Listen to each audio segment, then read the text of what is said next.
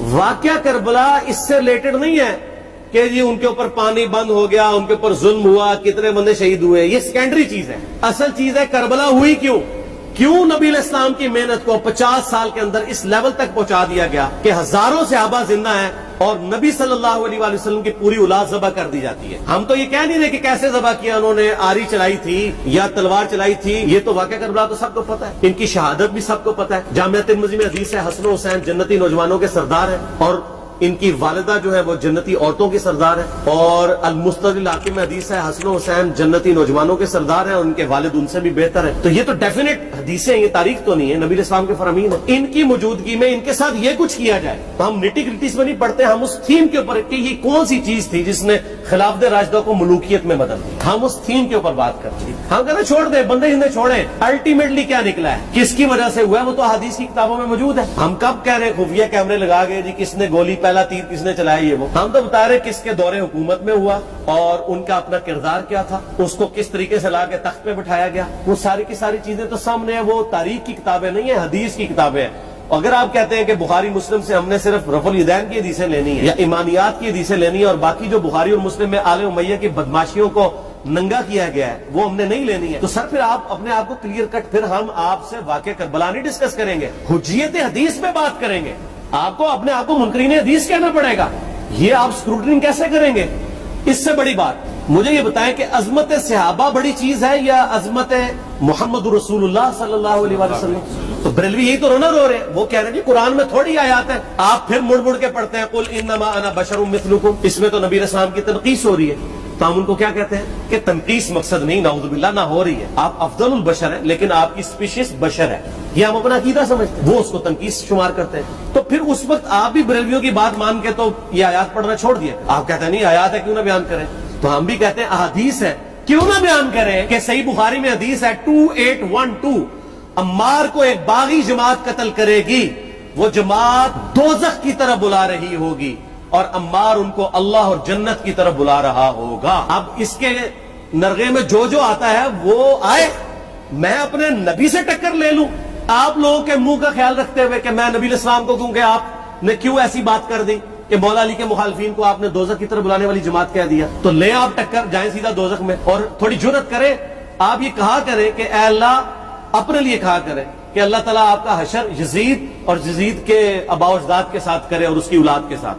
ہم کہتے ہیں کہ اللہ تعالیٰ ہمارا حشر جو ہے وہ مولا حسن حسین، مولا علی علیہ السلام اجمعین اور اہل بیت کے ساتھ کرے، آمین. اور آپ میں تو اتنی جرت نہیں آپ یہ بات بھی کر سکیں کیونکہ ان کو پتہ ہے.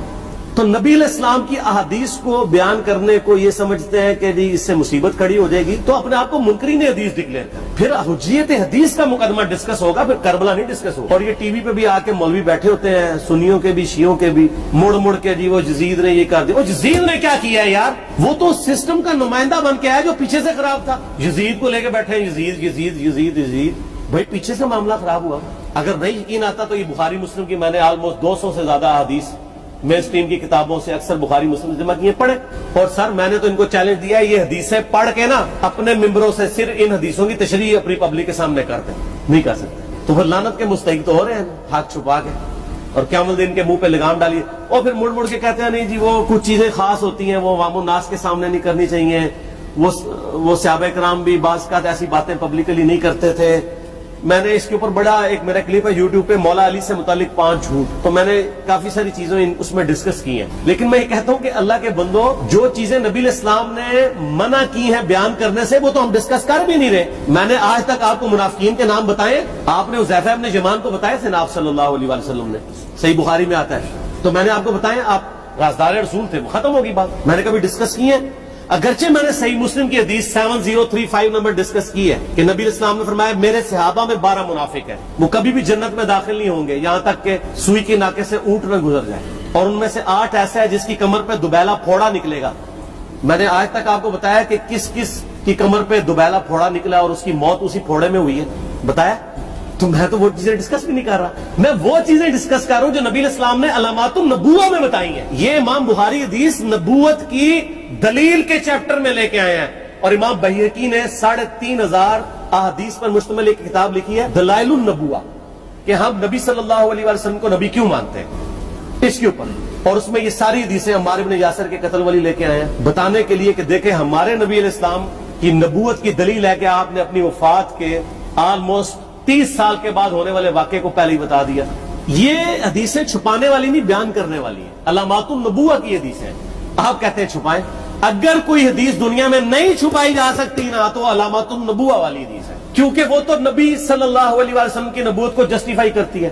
ورنہ میرا ایک معصومانہ سوال ہے کہ نبی صلی اللہ علیہ وسلم نے یہ باتیں کر کے ان کے زوم میں نعوذ باللہ امت کو مصیبت میں ڈال دیا۔ آپ نے خود ہی فرمایا کہ یہ ہوگا، کیوں فرمایا آپ نے؟ میں تو بیان کر کے مجرم ہوں، تو جس نے مجھے خبر دی ہے ان کے بارے میں آپ کا کیا خیال ہے؟ یہ مسند احمد کی حدیث یہ میں نے گھر بیٹھ کے بنائی ہے کہ میری بیوی کا کیا حال ہوگا جس پہ حوض کے کتے بھونکیں گے۔ تو سیدہ عائشہ سے مجھ سے زیادہ نبی اسلام کو محبت تھی، لیکن آپ اللہ کے پیغمبر تھے، آپ نے اپنے گھر کی خبر بھی نہیں چھپائی، بتا دی کہ یہ ہوگا۔ اور اس سے بڑھ کے آپ صحیح بخاری میں دیکھیں عمار ابن یاسر کا خطبہ ہے۔ میں نے یہ سارا، پریشان نہیں ہونا، یہ ریسرچ پیپر میں سارا کچھ موجود ہے اور کوئی چیز بھی ایسی نہیں جو اس میں سکپ ہو۔ صحیح بخاری میں خطبہ ہے کہ عمار ابن یاسر کو مولا علی نے بھیجا کوفے میں۔ کوفے والے نیوٹرل ہو گئے تھے کیونکہ بصرہ سے سیدہ عائشہ آ رہی تھی، اور وہاں پہ انہوں نے کہا نہ ہم سیدہ عائشہ کا ساتھ دیں گے نہ مولا علی کا دیں گے۔ تو عمار ابن یاسر کو تیار کرنے کے لیے، یعنی وہاں کے جو عوام تھی اس قتال کے لیے، مولا علی نے بھیجا۔ تو سیدنا عمار ابن یاسر نے وہاں پہ کوفے کے ممبر پہ خطبہ دیا۔ بخاری کے الفاظ ہے، اوپر والی سیڑھی پہ عمار ابن یاسر نے حسن ابن علی کو بٹھایا، حالانکہ حسن ابن علی سے 4 گنا بڑی عمر تھی عمار ابن یاسر کی، 90 پلس ہو چکے ہوئے تھے، 3-4 گنا ان کی عمر تھی، لیکن اہل بیت کا احترام کیا۔ خود نچلی سیڑھی پہ بیٹھے۔ بخاری کے الفاظ ہے کہ اے لوگو، اللہ نے تمہیں آزمایا ہے، ایک طرف دنیا اور آخرت میں تمہارے نبی کی بیوی ہے سیدہ عائشہ، دنیا اور آخرت میں، یعنی عزت اپنی جگہ قائم۔ یہاں لوگ سمجھتے ہیں کسی کی غلطی آ گئی تو پتہ نہیں کیا ہو گیا، وہ یار اس کا مرتبہ اپنی جگہ ہے، غلطی اپنی جگہ ہے، پیغمبر نہیں ہے وہ۔ اور دوسری طرف علی ابن ابی طالب ہے، اللہ اب دیکھے گا تم عائشہ کی اطاعت کرتے ہو یا اللہ کی، علی کی نہیں اللہ کی۔ کیوں؟ یا ایھا الذین آمنوا اطیعوا اللہ واطیعوا الرسول واولی الامر منکم، ان کا اولو الامر مولا علی ہیں، ان کی اطاعت واجب ہے۔ یہ اللہ نے آزمایا ہے کہ اللہ کی اطاعت کرتے ہو یا عائشہ کی۔ اور آپ حیران ہوں گے، یہ حدیث امام بخاری حضرت عائشہ کی فضیلت والے چیپٹر میں لے کے آئے ہیں۔ اگر امام بخاری مشورہ کر لیتے نا ناسبیوں سے تو انہوں نے کہا تھا سر آخری صحیح رکھو، پچھلے والا رہن دو، بلکہ پچھلے والا رکھو آخری والا رہن دو۔ کہ عائشہ دنیا اور آخرت میں، وہ حدیث گھٹنے کا میں آپ کو طریقہ بتاتا ہوں، کاٹ چھانٹ کرنے کا۔ وہ آدھی حدیثیں لکھتے ہیں، آدھی حدیث ایسے لکھتے ہیں امام بخاری کہ سیدہ عمار ابن یاسر نے خطبے کے دوران فرمایا کہ سیدہ عائشہ دنیا اور آخرت میں تمہارے نبی کی بیوی ہے، بس۔ لیکن امام بخاری نے پوری حدیث لی، آگے وہ بھی ڈالا ہے کہ اللہ آزما رہا ہے کہ عائشہ کی اطاعت کرتے ہو یا اللہ کی، جیسے آپ کے علماء کر رہے ہیں۔ صحیح مسلم کی حدیث 6488 آدھی بیان کرتے ہیں، سارے مولوی، بریلوی، دیوبندی، اہل حدیث سب۔ میرے صحابہ کو برا مت کہو، اگر تم میں سے کسی نے احد پہاڑ کے برابر بھی سونا خیرات کر دیا اور میرے صحابہ نے 1 مد یعنی 600 گرام خیرات کی، آدھا کلو، اس کے آدھے کو بھی نہیں پہنچ سکتے، بس۔ حالانکہ یہ مسلم کی حدیث سٹارٹ اس سے ہوتی ہے کہ عبد الرحمن بن عوف کو خالد بن ولید نے گالیاں دی جھگڑے کے دوران، حالانکہ دونوں مسلمان تھے، دونوں صحابی تھے۔ آپ نے حضرت خالد بن ولید کو بلا کے ڈانٹا، فرمایا تم میرے صحابہ کو برا مت کہو۔ تو خالد بن ولید نے تو آگے سے نہیں کہا حضور میں بھی صحابی ہوں۔ ان کو پتا تھا کہ عبد الرحمن بن عوف نے اس وقت اسلام قبول کیا جب اسلام کا مطلب تھا مار، تکلیف اٹھانا، اور خالد بن ولید نے گولڈن پیریڈ میں صلح حدیبیہ کے بعد اسلام قبول کیا۔ میں تم لوگ یہ کر رہے ہو، تم لوگ اگر احد پہاڑ کے برابر بھی سونا خیرات کر دو، یعنی صلح حدیبیہ کے بعد والے لوگ میرے ان کے برابر نہیں ہو سکتے۔ اور جو فتح مکہ پہ معافی مانگ کے مسلمان ہوئے ہیں طلقاء، مؤلفۃ القلوب آل امیہ، ان کا تو لیول ہی کچھ نہیں ہے۔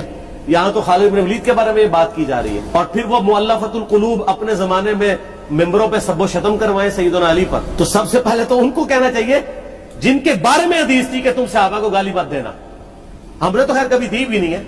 اور میں یہ آخری جملہ ان کو ایسا بولتا ہوں کہ جو ان کے دماغ تک ڈرل کر جائے گا کہ آل امیہ نے جو کچھ اپنے دور کے اندر سیدنا علی کی گستاخیاں کی ہیں نا، ہم نے تو ویسی کوئی ایک گستاخی بھی آل امیہ کے بارے میں نہیں کی ہے۔ میں نے آج تک آل امیہ کے اوپر بائی نیم کسی کے اوپر لعنت کی ہے، حالانکہ یہ مولا علی پہ کرتے رہے۔ یہ ہے لعنتی خود ہو گئے نا، جب مولا علی پہ لعنت کی تو لوٹ آئی۔ مسند ابی اعلیٰ میں صحیح سند کے ساتھ حدیث موجود ہے، مسند احمد میں بھی موجود ہے کہ سیدنا علی کو جس نے گالی دی اس نے رسول اللہ کو گالی دی صلی اللہ علیہ وسلم۔ جب ام سلمہ نے کہا تھا، شیخ زبیر صاحب نے اس کو تحکیم میں صحیح لکھا ہوا ہے فٹ نوٹ کے اوپر، کہ لوگوں تمہارے ممبروں پر رسول اللہ کو گالیاں دی جاتی ہیں، تو انہوں نے کہا معاذ اللہ، ہم کب کہیں گے؟ ایسا نہیں ہو سکتا. تو ام سلمہ نے کہا تم لوگ